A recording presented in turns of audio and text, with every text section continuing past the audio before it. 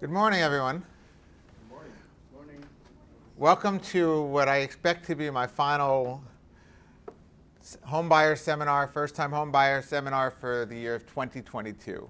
It's been quite an incredible year that we've done, I think, 4 or 5 of these and helped countless people understand the process of buying a home and different options that there are for when you're buying a home. And I'm excited to talk to you about that today a little bit and give you a little bit of a background of what you'll need to do when you're ready to buy your house.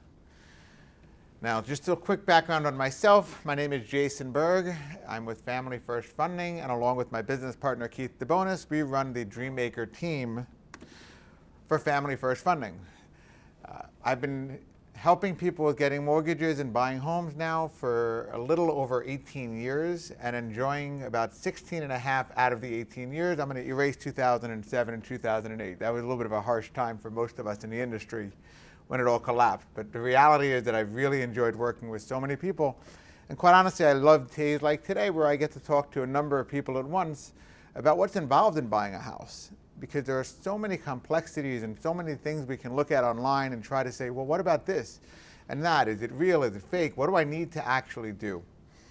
So today, hopefully without boring you too much, I'm going to get into some of the basics of what the process of buying a house is.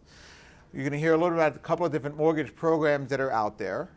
And you're going to hopefully have a better understanding of what you need to do in order to buy a house. Now, the biggest thing I could say is I'm an open book. If you have any questions throughout, if you're on Zoom, please note that we have someone monitoring it. So if there's any questions that you have over there, please ask them and we will make sure to answer those questions as well. If you have any questions in the audience today, please feel free, raise your hand and I'll try to get to you as soon as I can. All right? So with that said, we're going to go over a few things today. We're going to go over some checklists of like understanding. I'm a big believer, and I don't know if you've ever gone driving, but there's 2 types of people who like to drive. And when somebody's driving, there's sometimes someone who's in a passenger seat. Sometimes the passenger seat is known as the navigator. Well, the navigator, there's 2 types that are out there that I've met. There's a type of navigator that when I'm driving, as I'm about to make a left turn, they go, left turn here. And then I drive 2 blocks, and then all of a sudden they say, right turn here. I can't stand that type of navigator. I need someone who's going to give me directions in advance and tell me, all right, you're going to go about 4 blocks, you'll make a left, then 3 blocks, make a right, then 2 more blocks and make a left. Now, even though I may not remember all of it, at the same time, I'm still going to want those directions in advance. So when I get those 2, 3 blocks, it's easy enough for me when they say to make that left, I know something's coming. Well, that's my goal here today. I'm not going to be able to give you all the information that you retain and remember every single step of it. But ultimately, my goal is that by giving you the outline of everything involved in a mortgage, when and buying a home, when you're actually at the point of buying one, that's when you're going to realize, oh yeah, I remember that. Oh yeah, this is what I need to do. Jason talked about that. And I'm excited because over the 18 years, and the last 4 specifically, Family First Funding has given me the opportunity to not only help individual buyers, but really grow a team of loan officers and processors and underwriters and all the aspects of getting a mortgage that we have under the Team Dreammaker umbrella, that if someone is interested in getting a mortgage, there's a whole team of people that I can recommend that you speak to, get it, professionals and everything else. And we'll go through all those different things. So today, like I said, we're going to go through the checklist. We're going to give you directions of how you're buying a house. We're going to learn how to empower you. Now, I'm a big believer, knowledge is power. You've heard that before. It's so true when it comes to this. And it's not just knowledge of anything, it's knowledge of the correct knowledge, the correct information out there.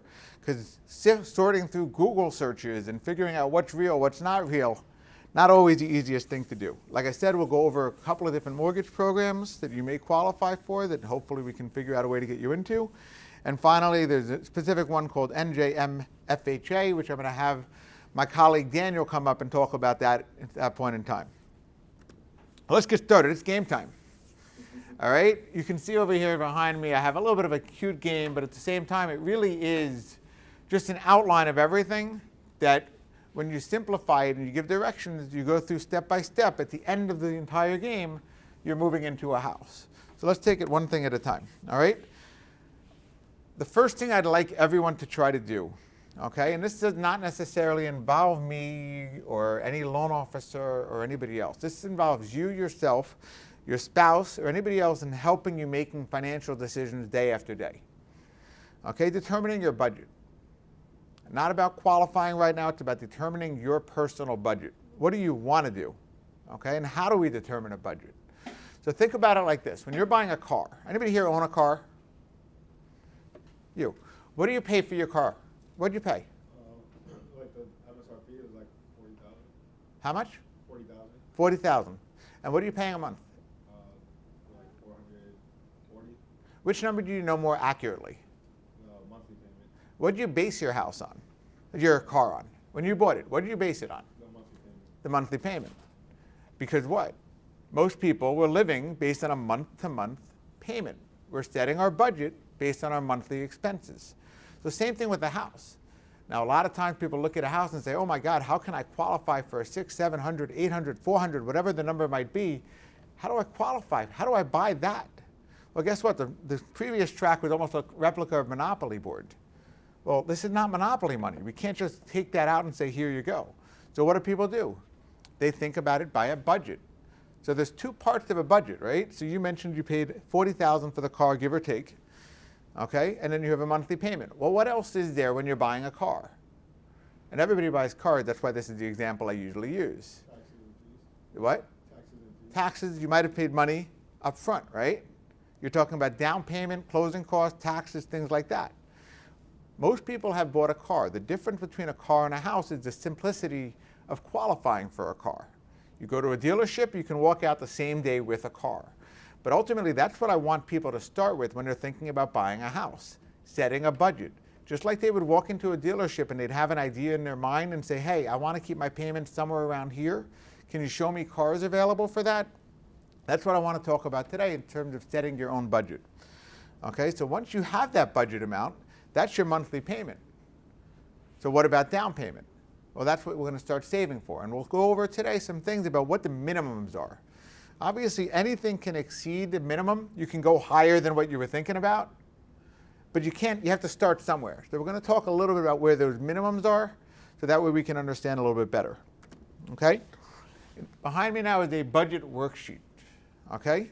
This is an easy way for you to put together a game plan with your loan officer and financial planner of what it is that you can afford in a house. This is our starting point. This is you walking into the dealership and saying, hey, I want to buy a car, I have $3,000 to my name, and I want to keep my payment at $500 a month.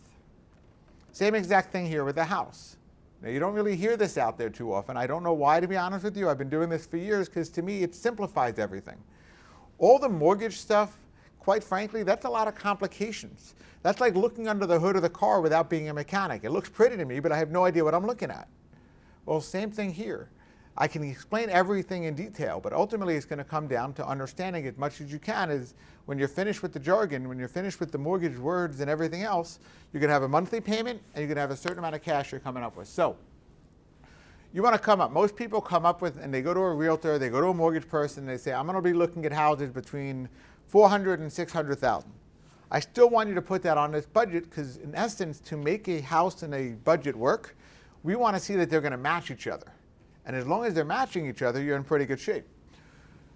So I'd like to be shown houses between $400,000 and $600,000, okay? Then I break that down into where I'm comfortable. And I'm saying, all right, what's my desired down payment? Now notice, I'm not asking you to come up and say to me, how much money do you have in a bank? That's nice. But if you're not planning on using that money to buy a house, that's not my first question for you. That's not me helping you. That's me trying to squeeze every last dollar out of you. I don't want to do that. That's not the plan, and any professional should not be doing that. When you speak to a financial advisor, they shouldn't be saying, hey, you have $10,000? Great. We're going to use $9,999 when you're buying a house. You'll have $1 left. If they're doing that, they're putting you in a relatively precarious position unless you have a real game plan of how you're going to live. Well, same thing here. What's your desired down payment? I always want to start with the ideals. Could you need more than that? Yes, you could, but we'll figure that out. Start with the ideals. What's your estimated closing cost? When you're buying a house, he mentioned with the car, you have taxes, insurance, certain fees when you're buying a car. When you're buying a house, there are certain fees as well. I want you to first, before you get to a professional even, when you're filling this out, you want to have what your idea of what estimated closing costs are. Okay, I can obviously walk through, and anybody else can as well. Why do I want that? Why do I want you thinking to yourself where your ideas of closing costs before I tell you what they are? Simple. If I tell you what they are, it's like, oh wait, what is that? And I don't know if it's going to match what you were thinking in your head for a budget. This is your budget you're working out, not mine. So I want you to tell me what you think they are. And based on that, we'll see if your budget can match anything else. Then you add these two together, you have the estimated total cash out of pocket, and then you're just going to put the desired monthly payment. My job is to see, if you put this together, can I figure out how to actually make sure the houses that you want from between there and there, are they going to match everything else? That's really the question that you're going to find out, and that's the whole idea behind the budget. Any questions on that? Moving along. Okay, so how do you find a trusted lender? This is a checklist of things you want to go through. So how do you find a trusted lender? You go online, you go to Quicken, you go to Rocket Mortgage, all these big advertisements. And quick background on myself, I worked for one of those when I started my career. Practically fresh out of college. First 3 years I worked for a company which doesn't exist anymore called Champion Mortgage. Champion Mortgage was a lead buying place that they would advertise all over the place. For those of you older in the audience, I can see a couple of faces.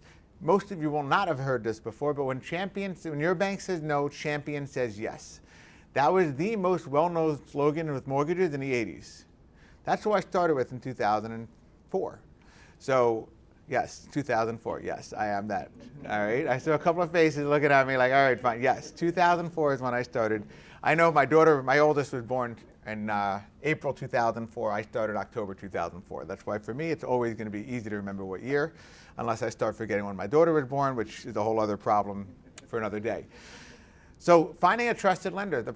Now the problem that I've always had, thinking back, I was 25 years old, working at a company and advising people about mortgages based on 2 weeks worth of training. Now, I'm making the biggest financial decision of my life, and you're talking to a person who's been working in this career probably anywhere between 3 weeks to 2 years. Why do I say that? Most, and I say most because there are good ones in every single place and there are people that stay anywhere, but most experts, once they realize what's going on with the bigger companies, they realize they don't have the control and the ability to help the way some of the smaller companies might be able to. So there's 3 different types of lenders out there, so this way you can understand and narrow it down a little bit.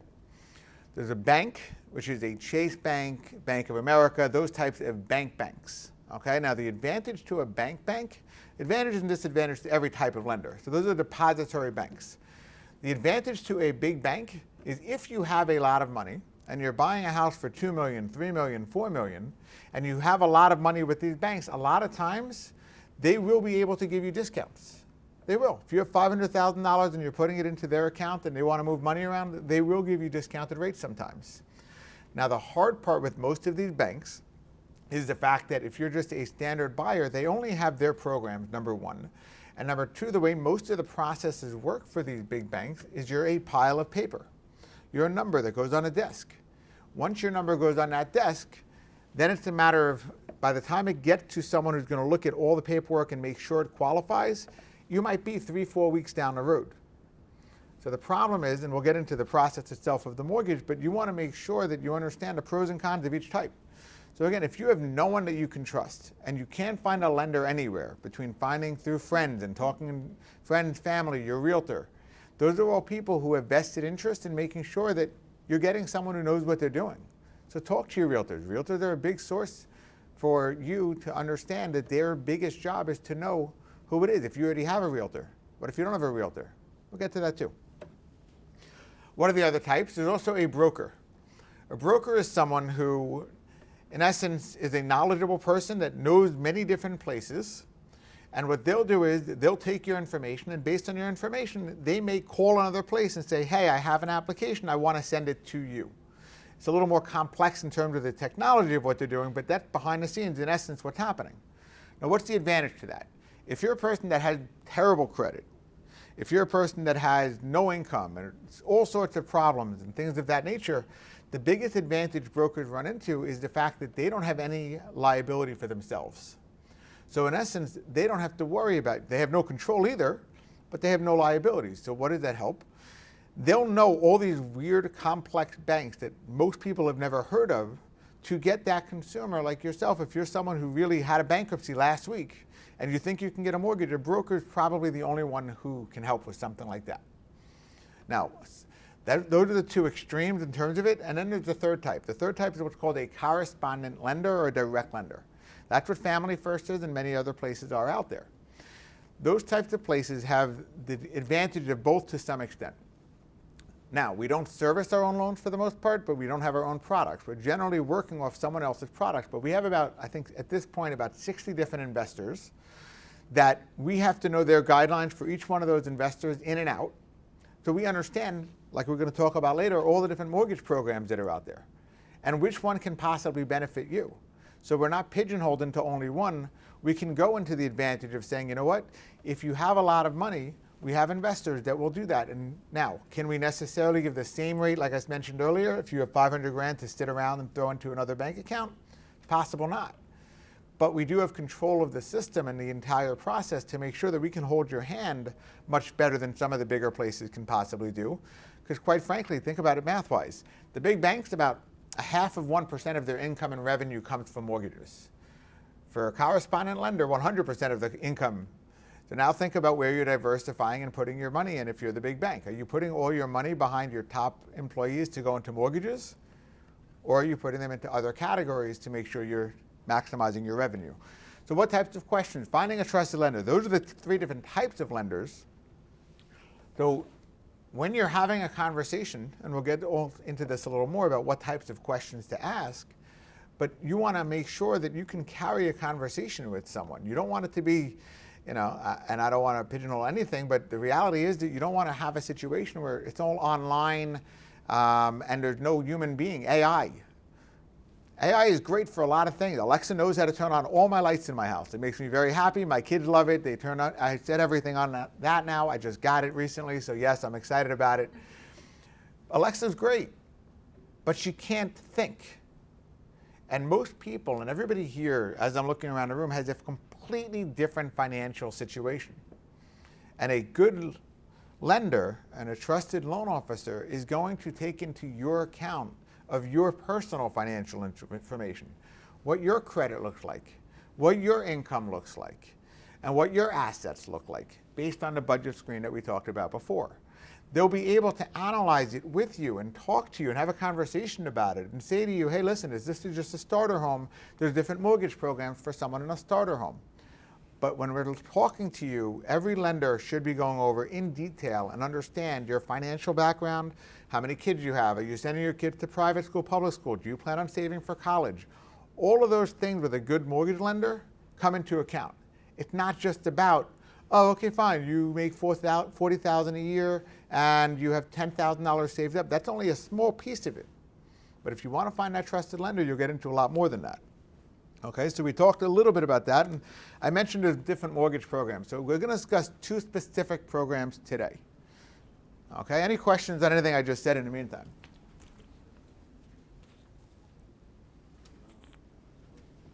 Easy enough. You guys are good to me today. There's a question. All right. Does it matter how many different lenders you go to see if they will be your trusted lender?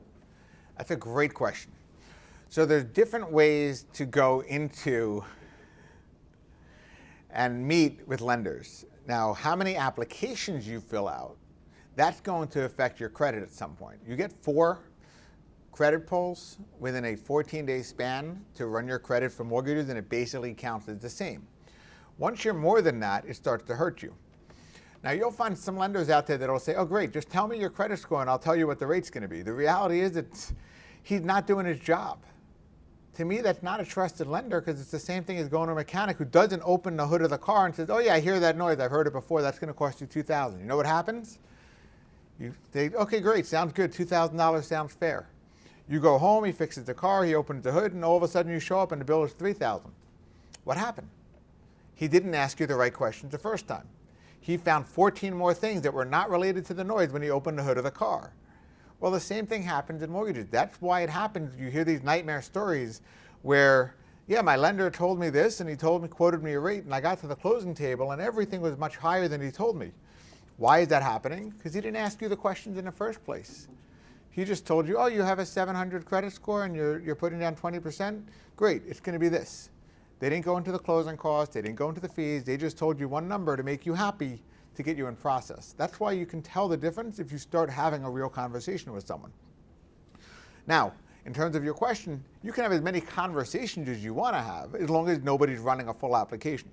And quite frankly, I don't run an application. For me, it's not about that right away. It's about talking to you about your financials and your situation and why you want to buy a house. Once I get all those, and quite frankly, yes, the name of the company is Family First Dreammakers.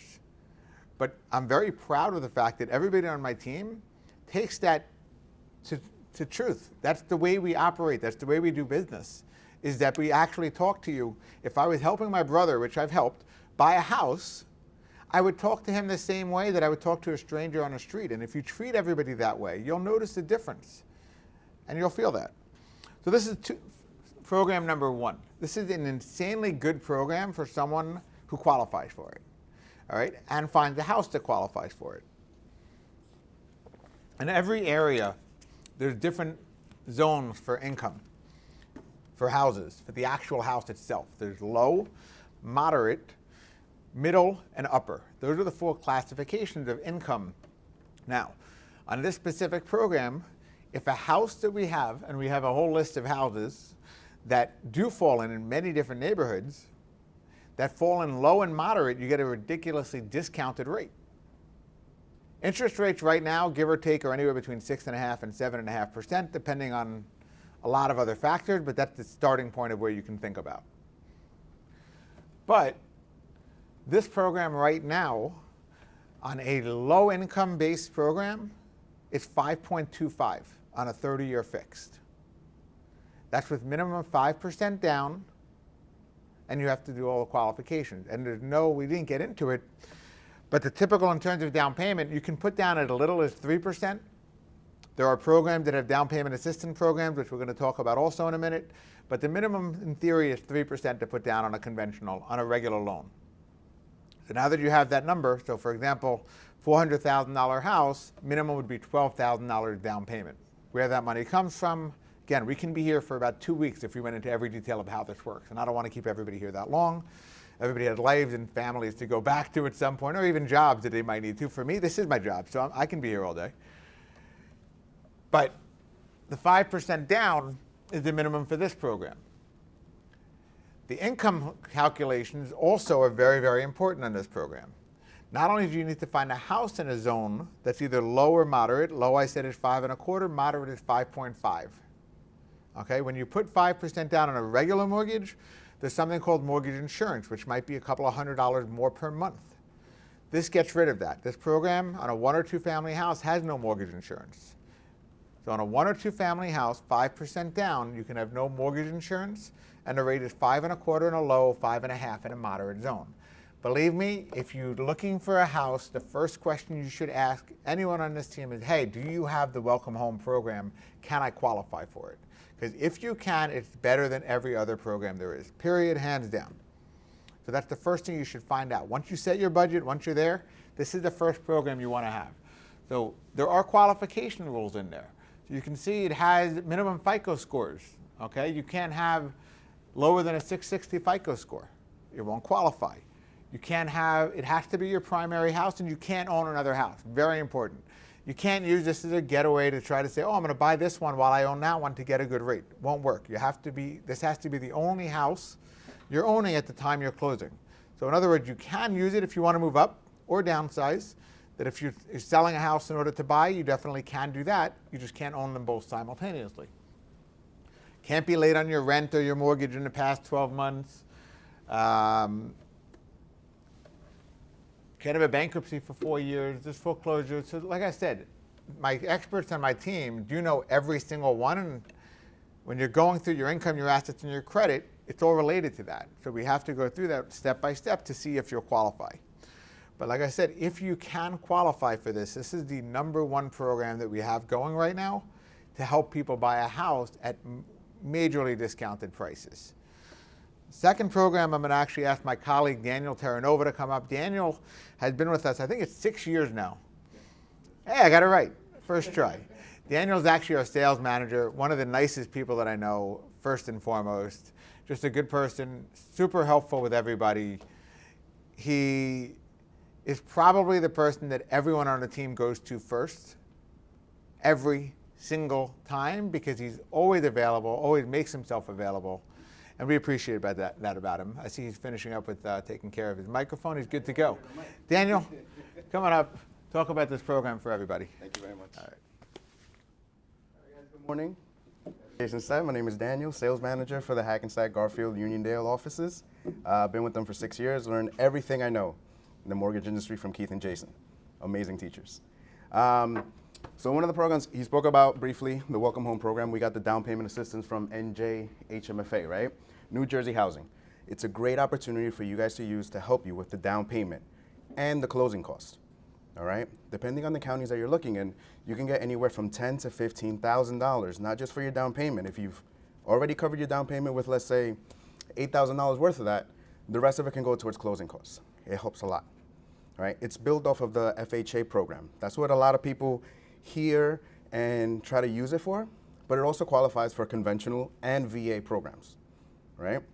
So NJHMFA, some of the things that you'll see that are the requirements is just like FHA, you need a minimum credit score of 620, all right? We always gotta talk about income, assets, and credit. The first thing is credit score, minimum is 620. If you need assistance with that, the team is ready to help you with not only a what-if scenario, but also how to rescore your credit score so that you can go ahead and qualify.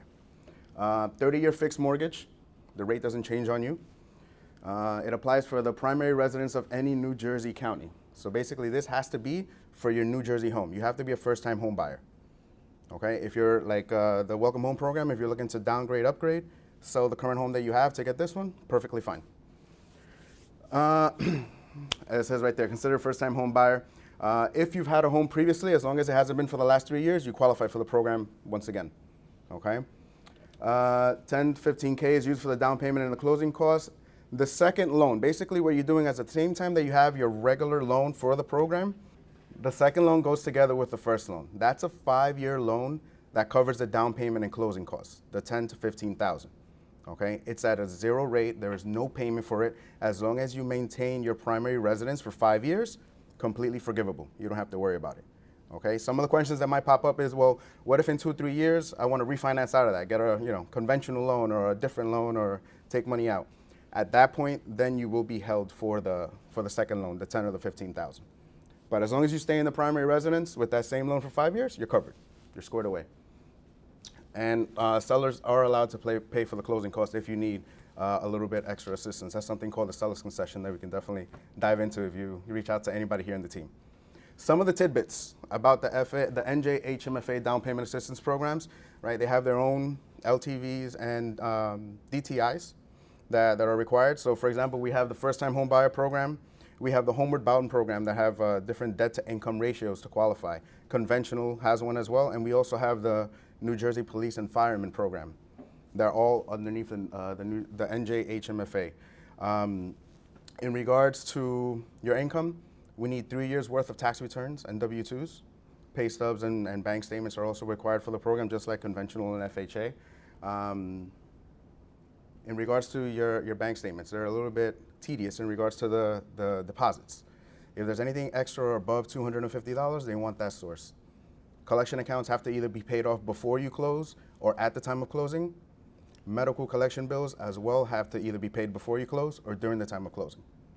I think in regards to the details about the program, that's basically it, unless anybody has any questions. Income, I'm sorry.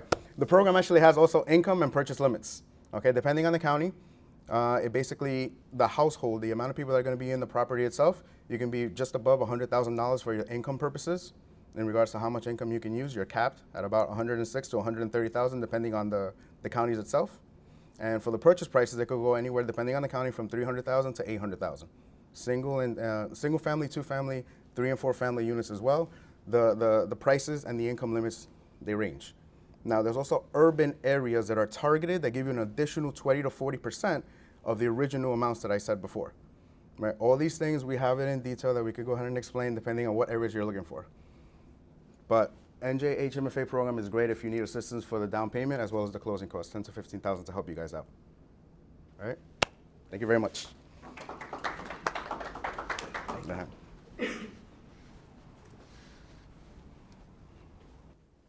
Dan just mentioned the different counties and everything else. So as you can see from this one over here, inside here, this is the different areas that we have. And like Dan said, the biggest thing that I'm hearing, as I'm even hearing myself talk, there's so much information.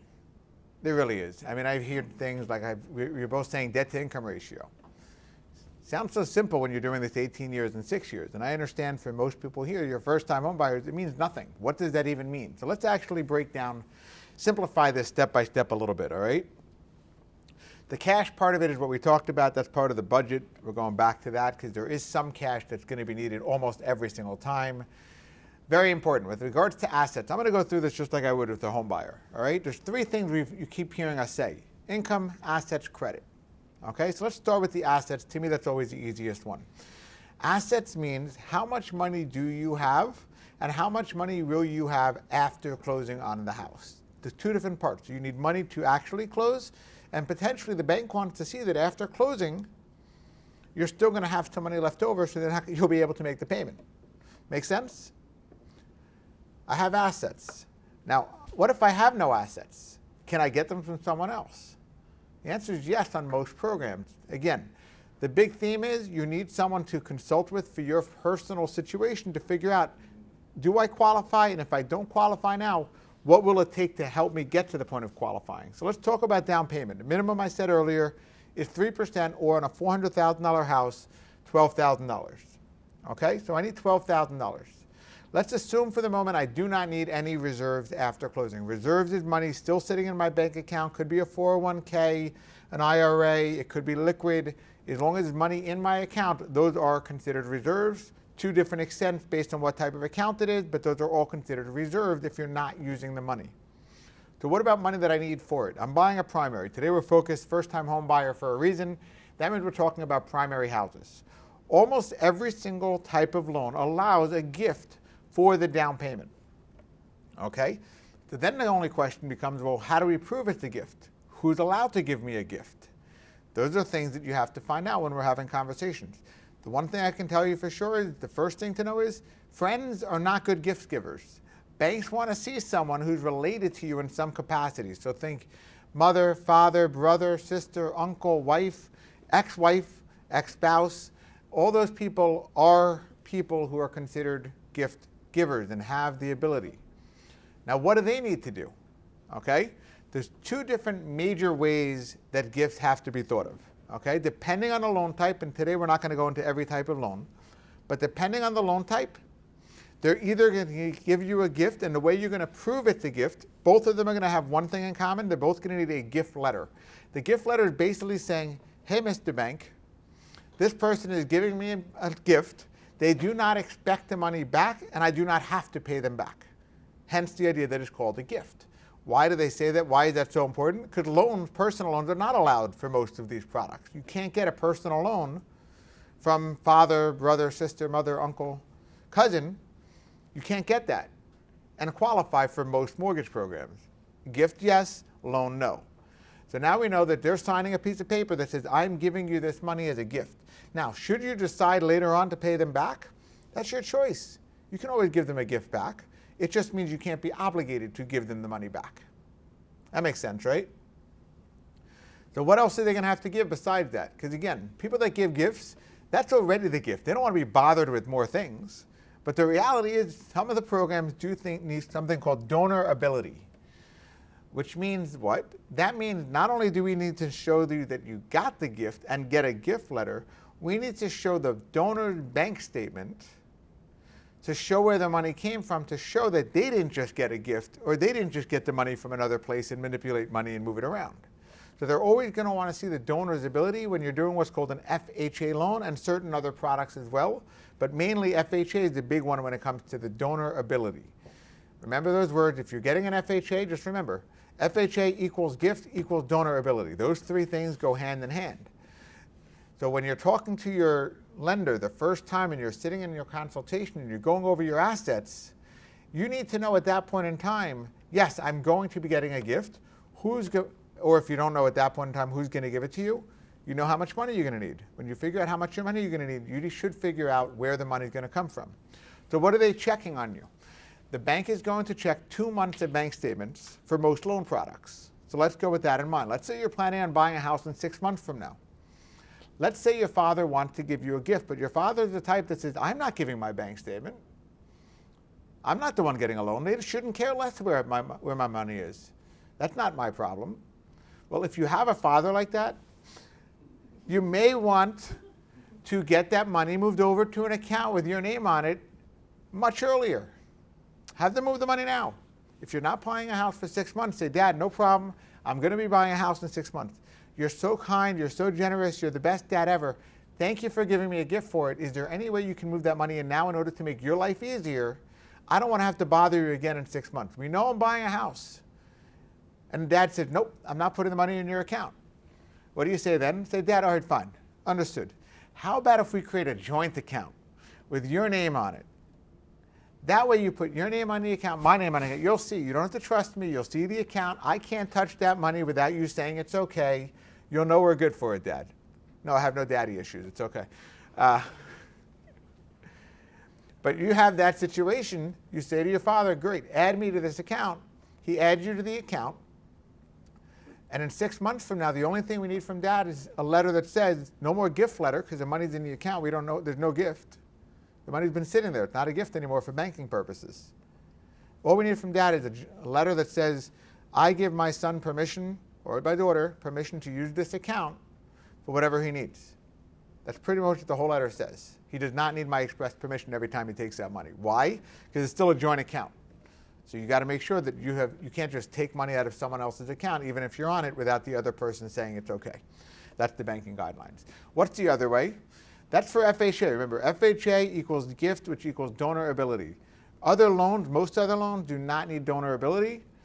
Those loans, all you'll need is if it's a wire, copy of the wire confirmation. If it's a check, copy of the canceled check.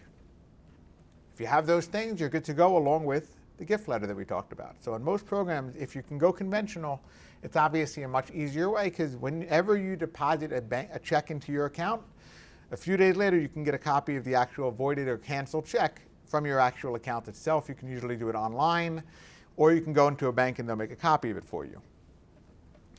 That's the assets. Okay, we're going to talk about income and credit.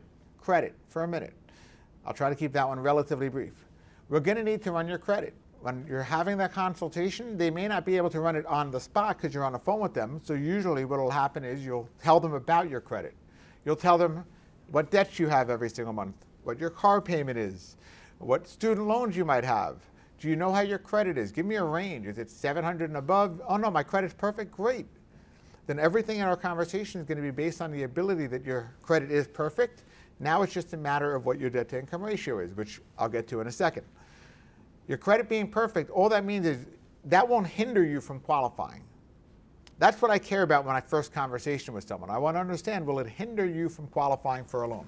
If you're telling me your credit's perfect, you pay all your bills on time, in all likelihood, that won't hinder you from qualifying. Will it be perfect credit? I don't know. When we run it, we'll find that out. That'll help us dictate exactly what rate we're going to get. But at least the starting point is it good or not good? If you tell me your credit's not good, let's say you say, you know what, I know I have issues on my credit. Okay, so what types of issues are we talking about? I have a few late payments on my credit card. All right, that's feasible. Until we actually run credit, we won't know the exact scores. Any chance you know what your score is? I think it's a 660. Okay, we can do loans with 660.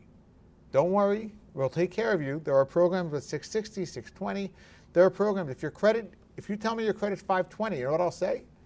All right, let's figure out how we can get that up. You're not buying a house tomorrow. I'm not here, I'm doing this 18 years. I plan on doing this more. So if you're working with me or anyone on my team, the answer is going to be great. It's not today that I'm trying to find you a house. We're trying to help you qualify to the point that you are the best possible candidate to buy a home. So if we see that your credit's lower than its qualifying needs, or even if it's good and it qualifies, but it could be better to get a better program, we'll help you with that. And any trusted lender should be helping you with that. They shouldn't just accept it and say, oh, this is what you got. That's it. Because that doesn't help you. You want someone more than that. So what happens on the credit? So we're going to look, besides just the credit scores, we're going to look, are there any major things on there? What's major? Bankruptcies, foreclosures. Those are the things, they're called catastrophes, things of that nature, right? So seasoning after a catastrophe, seasoning after something like that is very important in the mortgage world, right? So there'll be a 2-year wait period, a 5-year wait period, depending on what level it might be. Does that mean there are no programs out there for less than that? No, there are programs for even less than that. There's hard money kind of loans, quite frankly. If somebody has a lot of money and a lot of down payment money and they want to buy a house, but they had a weird situation happen, have a conversation with someone. Believe it or not, it's possible to get some sort of loan, even fresh off of a bankruptcy.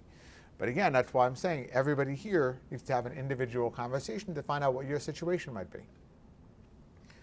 So besides for that, so now that's the basics in terms of the credit. We're going to have to run it to figure it out, but in essence, what your credit is, how much down payment, that's a big factor in what your rate's going to be, what your terms are going to be, closing costs, and everything else.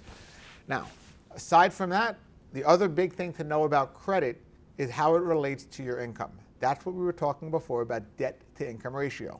So let's take a simple scenario. I think you saw before on the Welcome Home program, it uses 45% is the debt to income ratio. Let me explain what that means and break it down so this way it's clear so everyone can understand. If there's any questions on it, please raise your hand, ask it on Zoom, and I'll reiterate it again. It's not a problem. If a person makes $10,000 a month, the qualifying income, which we didn't talk about income yet, we'll talk about that in a second. But if your qualifying income is $10,000 a month, that the bank says, yes, I agree, you make $10,000 a month. If somebody says there's a 45% debt to income ratio, that means that all their combined debt, mortgage, car payments, student loans, anything that shows up on credit, child support, alimony, all those debt that they are obligated to pay on a monthly basis. Keyword being obligated to pay. So car insurance, for example, is not something that the bank will look at. Because in theory, they look at it and say, you know what? If you stop your car insurance tomorrow, all that happens is you lose your car insurance. But you're not in default of anything. You just stop having car insurance. So that's why that's important to understand. So if I said 45% debt ratio and I make $10,000 a month, that means my combined debt is $4,500. If that's my allowed limit, okay, and let's just keep it simple and say, on that scenario before, there was a $400 car payment, and I said, you know what, he also has $15,000 in credit cards that have a $300 payment, so that's 400 plus 300 is now 700. I'm doing this as I go, so bear with me. And then he also has some student loans left over, and the total of the student loans, yes, I'm going to make my math easy, is an additional $300 a month. So now I have a total of $1,000 a month in obligations that he has to make every month. So when I'm doing the math and figuring out if I qualify, I'm doing it backward and say, great. If my maximum debt ratio for the program he's looking for is 45%, that means the maximum mortgage payment he's going to be allowed to have when I figure this out based on the mortgage programs is going to be $3,500. That's my max qualification. Then we're going to see backwards, and we talked about the budget earlier. Then we're going to see, oh, well, does that $3,500 fit into the budget? And then we'll have that conversation, the hard one. You might have put that you want your budget to be $3,800. Well, if you want a $3,800, you may not qualify unless maybe you pay off the credit card, but we got to find ways to manipulate that ratio down to that 45%. In terms of those percentages, our bank has programs that go up to as high as 57% on regular FHA loans, on regular conventional loans, a little over 50%. So that's an idea of where, now that you understand how to calculate it, you can pretty much do it. And I do have calculators, and my whole team has calculators to help you be able to literally put a house in, put your down payment money in, and it will spit out if you'll potentially qualify. At the very least, it'll spit out what the payment will be so you can figure that out. All right, seller concession. Dan touched on it, but I want to touch a little bit more. And a seller concession is a very important buying tool when your cash is relatively limited. I don't know everybody here. What do you guys think? Show of hands is fine. What's easier to do? Save money monthly, extra money, or find a way to pay your bills month after month? Right hand up for save money monthly, left hand up, we'll start with this one. Save money monthly. Extra money is putting into a savings account. Raise your hand if you think that's easier than just making sure you pay all your bills. Not a, huh? Month by month. Living your life. Month by month. What do you guys find easier? Not a mortgage question, a general life question. What do you guys find easier? Finding a way to pay your bills or saving extra money and putting it in a savings account every single month? What's easier? Saving money monthly? Finding a way to pay your bills? We got 100% yeses on finding a way to pay your bills. So why is that so important? Because when you're buying a house, nothing changes.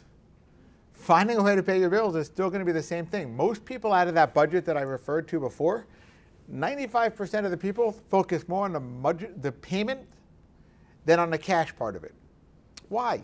Because the savings part is the hard part. They have what they have. They're not going to change that dramatically over time usually. Now, a lot of times people have, if you just got married and both sides had a little bit of money saved together, now you pull it together, but your budget might be higher because you have two sources of income paying for what two people used to have separate rents. But now you're together. So seller concession is the ultimate mortgage tool to help a person use less cash while buying a home and not having that much of an effect on a budget. Okay, we didn't talk about closing costs, so I'll talk about them quickly. Typical closing costs in New Jersey, this is a New Jersey lender program, even though we are licensed in like 26 or 27 states, our main focus is in Jersey. That's where we're located personally. I also am licensed in New York. We have branches there as well. But ultimately, for today's purpose, we'll focus on everyone that's in our room, which is Jersey. All right? Typical house purchase, the closing costs are made up of two different parts. There's actual costs. Cost means fees. Fees are things that you actually pay for. So, for example, you're paying for insurance. That's not a fee. That's the regular ongoing cost that you're going to have when you have a house. Okay? Just like car insurance. If you ever stop it, you don't have insurance anymore, but you still have the house. You still have the car. You can't drive the car without insurance, but you still have it. They can't take it away from you just for not having insurance. So that's not a fee. Taxes, that's an ongoing cost when you own a house. So what is a fee? Fee. Attorney, he's going to charge you something for his services. The bank fees, the bank is going to have some fees that they're going to charge you for their services. An appraisal, every single house, when you're buying a house, you're going to need a third-party opinion. Not every single house, there are some rare exceptions. Most houses will need a third-party opinion to make sure the value of the house, and which is the collateral that we're lending it on, is actually worth what you're paying for. That way, when a lending, if the house is, you think it's worth $400, and theoretically someone else comes in who's a professional appraiser, he comes in and says the house is only worth $375, well then we can't lend you based on the $400 because it's only worth $375. The collateral is not there. That's a cost to do that. That's $500, $600 depending on the house, things of that nature. Could be a little more. Then you have what's called title insurance. Title insurance is basically, and I heard a title insurance rep tell me this way, it's the only insurance you'll ever pay to cover you for what happened in the past. Every other insurance, think about it, health insurance, homeowners insurance, it's all to make sure that if something were to happen, car insurance, if something were to happen, you're covered because of insurance. Well, the title insurance is basically saying, for the last 200 years since this land has been purchased the first time, I will make sure that no one else has a right to claim any part of this house. And if there's any, if somebody else tried to sue a previous owner, that won't be on you. I'm going to insure you for everything that ever happened. It is not an option to buy this. That's part of the purchase process is you have to have title insurance. No lender will ever give you a loan if you don't have that insurance because theoretically somebody could come and take away the house saying they have a claim to it that you didn't buy it legally. That's what title insurance is for. That's probably the majority of the actual cost. That's the most expensive of all the costs when buying a house. So you add all the costs together. My estimate on the costs for a $400,000 to $600,000 house, depending on taxes, is anywhere between low side, probably 9 is the lowest I've seen, 15, 16, depending on how much the taxes are for the house, and what time of the month, and what month you close impacts all those things. So for now, we're just going to use the number $10,000 just to keep it simple for our purposes, okay? Seller concession. You want to buy a house for $400,000. That means you and a seller have agreed $400,000 is what the seller should get on the house. Make sense? Let's just keep it simple for the moment and say you're going to put down $50,000. So you're going to end up with a $350,000. You know what? I'll use the number. You're putting down a $500,000 house and $100,000 down. This way it matches the chart that I have in front of me. It's only for the purposes of the chart. It's simple, right? So a seller concession, it's basically saying, I want you and the seller agree for $500,000 to buy the house. That means, in the scenario I gave, you're going to need $100,000 cash for the down payment, plus another $10,000 for those closing costs. That makes sense? Everyone with me on that one? So I need $110,000 to buy a house for $500,000 with a $400,000 mortgage. Now let's say I only have $105,000. Now theoretically you can raise the loan amount in that scenario, but let's say you're using minimum down payments to qualify. A seller concession means that I want to buy the house for $510,000 now, and I want the seller to give me a concession for my closing costs of $10,000. Now with that math, how much does the seller end up with? I'm buying the house for $510,000, but the seller's saying, I will give you $10,000 towards your closing cost of that $510,000. Same, he ends up with the same 500. Exactly. Sellers still end up with the same number. That's important. It's not a trick. You don't want to hurt the seller by using this. It only helps the buyer, and it does not hurt the seller at all. So a seller concession is a huge way to save yourself some money up front. Now, how much money do I need now in that scenario? If I took 100, now in that other scenario it was 20% down. So let's stick with that same 20% down to keep it math fair. In that scenario, 510,000, 20% of that is 102,000. Okay, so then now I need $102,000 instead of 110. Everyone with me at how I just saved $8,000? Because I was putting down 20%, it was 20% of 500, now it's 20% of 510. My closing costs are already covered. So what's going to change? What's left? The payment on $8,000. Now the chart over here does not have an $8,000 difference. We can do the math together if you want, or we can just estimate it in the ballpark. I said before, rates are around the 6.5%, somewhere in that range, right? We're looking at the $400,000 loan. This number is not including closing costs. Number not including this is only principal and interest, not including taxes or insurance. So you have to do the math on that separately, add that on. $400,000 loan, payment is $25.28 on the first scenario. Everyone sees that? I have a $25.28. Anyone have a calculator in front of them for a second? Open it up. I'll get a little help on this one. All right, $25.28. Now, this shows the first row is $10,000. Now, this works if you break it down also by the pennies. The same way math works, if this was $1,000, it would be $6.32 for every $1,000 you're borrowing. So the way I'm going to do this, and we'll see if we get this right, I'm sure we will, $25.28. Okay, now I want you to add $63.21 and then subtract $6.32 and do that twice, because I didn't do the math in my head.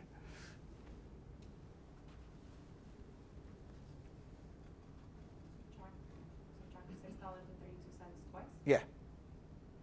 So that 2,578. That sounds about right. $2,578. So it's exactly $50 difference to save the extra $8,000. Said another way, we said before, it's harder to save money than it is to find a way to take care of your expenses. By using a seller concession, exactly how we use it here, and again, your scenario, your financial advisor, go through it directly.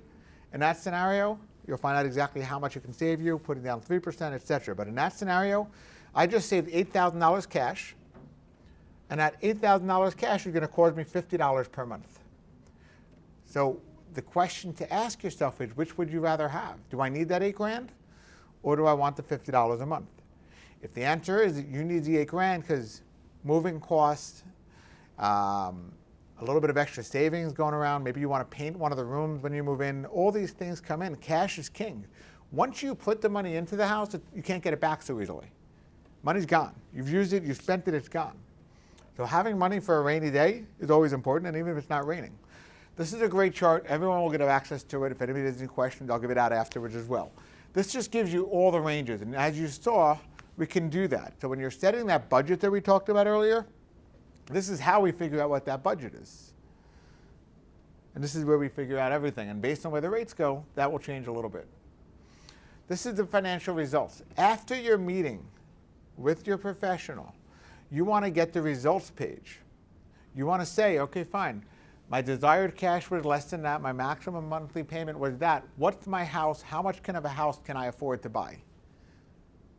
Now, depending on the area, taxes might be different a little bit, but that's why we'll get into what areas you're looking at. We're looking at everything. So this way the budget over here will be all the information you need. So when you're going to go find that lender, the agent, they have everything. So we'll make sure to give you that. That's all great. You've set a budget. We've gone over assets. We've gone over credit. We didn't go over income yet, but that's the last step to getting pre-approved, because the budget is what you want to buy.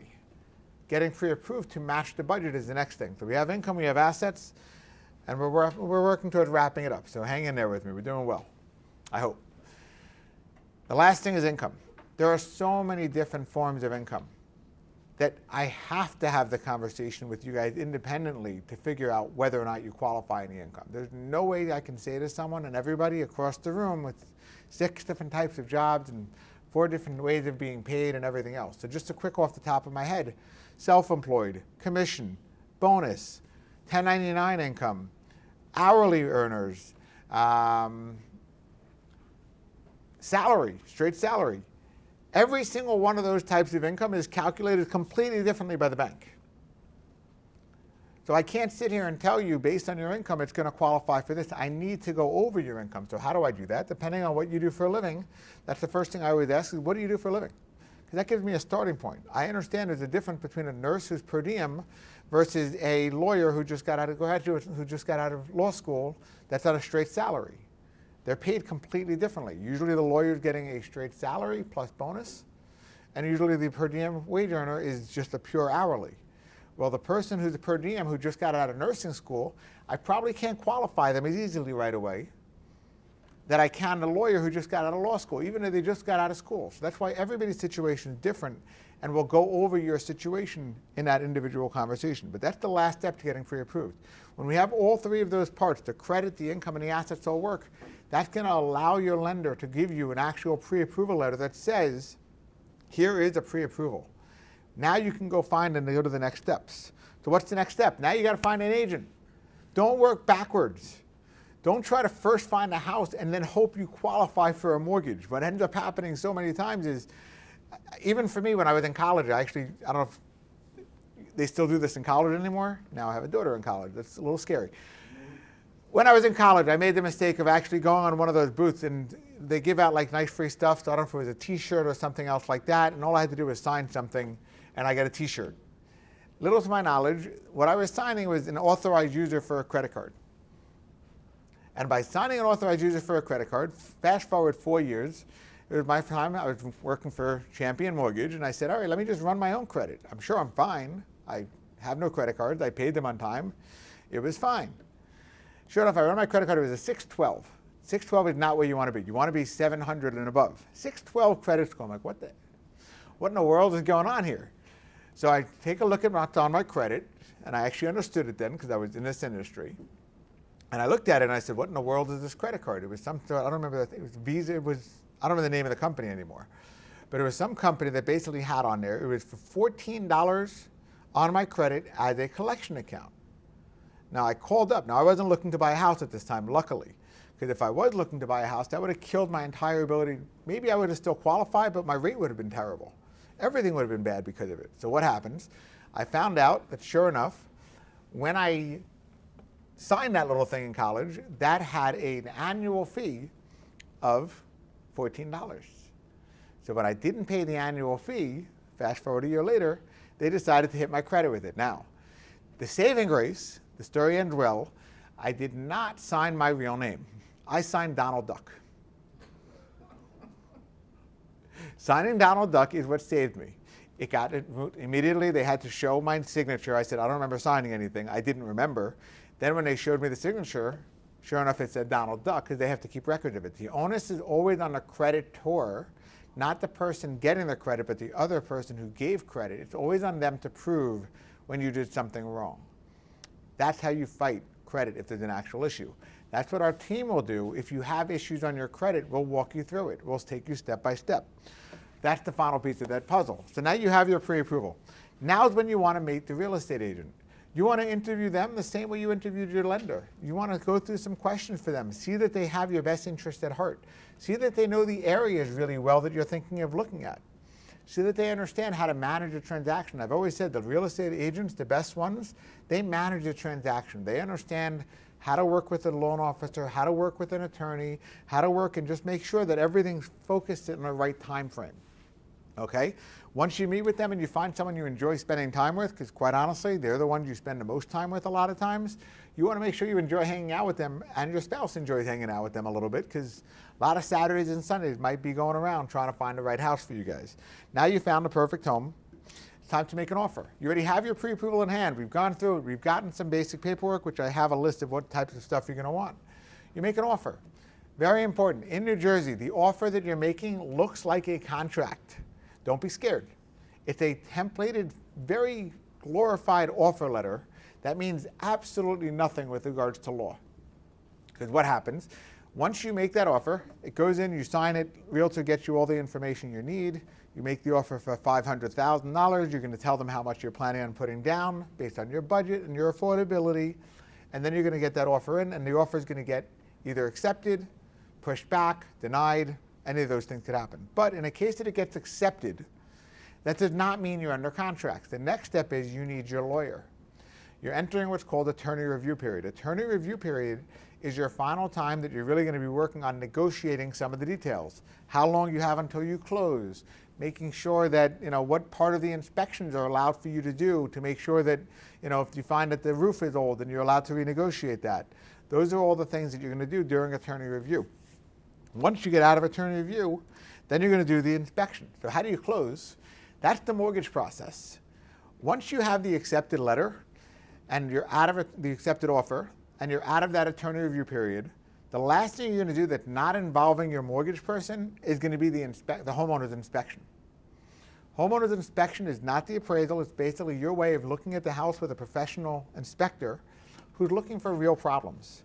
He's looking at structural damage, he's looking for electrical issues, he's looking for foundation issues, but he's also looking for everything else. These are professional inspectors. They're going to look for everything they can possibly find. Remember, that's when you want to go to your realtor, your attorney, and your trusted lender to make sure that they who've been through this ringer before understand what's a real problem versus what's not. Because if it's a real problem, that's something you go back to the seller and address it. If it's a foundation issue that says, hey, the house might collapse tomorrow, you have every right to back out of the house, no problem. If you found an outlet that's supposed to be GFI, but instead of GFI, it's just a regular outlet, and it's in a bathroom, then you go back to the seller and say, hey, the inspector says this is supposed to be a certain kind of outlet. Sure enough, then he has to actually change that outlet. Or a lot of times what they'll do is they'll give you a credit towards your costs to fix anything else because they moved out of the house. They don't want to deal with anything anymore. That's part of the final negotiation that you have. Then the process itself is, this is a little small to read, this is the actual checklist of paperwork. It's an initial checklist. As you can see, there's a lot on there. Why? Because a lot of this stuff won't apply to you. It depends on your income, it depends on your assets, it depends on those things. It's just an overall generic one that we'll use just to get someone started.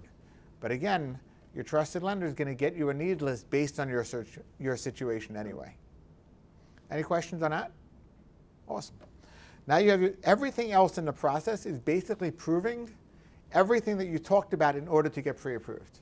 So it's supporting all that necessary paperwork. The bank statement that has your father's name on it, the letter that he signed that says, yes, I give my son permission to use my money. It's your W-2s, your tax returns, as Dan mentioned before. Whatever is necessary for you to make sure the underwriter gets it is what we're going to have. And you're going to go through, in order to get to a closing table, you have to go through certain milestones. Milestones is basically, in the game of Monopoly, you're going around a board. So now you're going around a mortgage board. The first step of it is the application process. Once you're in contracts, you got to make sure that you're working with us on sending in paperwork. You're going to sign all the initial paperwork that says, hey, my purchase price is this, my closing costs are this, my initial estimated rate is this. Remember, when it comes to rate, until you are getting paperwork that shows that you're locked in, you're not locked in. So whatever you're seeing and hearing and everything else, until you have paperwork that backs you up, that in writing that says, yes, your loan is locked, you're not necessarily locked. So I recommend that when you're talking to your lender that you get that as soon as they allow it. Some lenders have rules in place. They won't get it until you have a commitment or an appraisal or something else. Others don't. And other programs might have something like that. So you want to make sure that when you're talking to the lender, how can you lock in?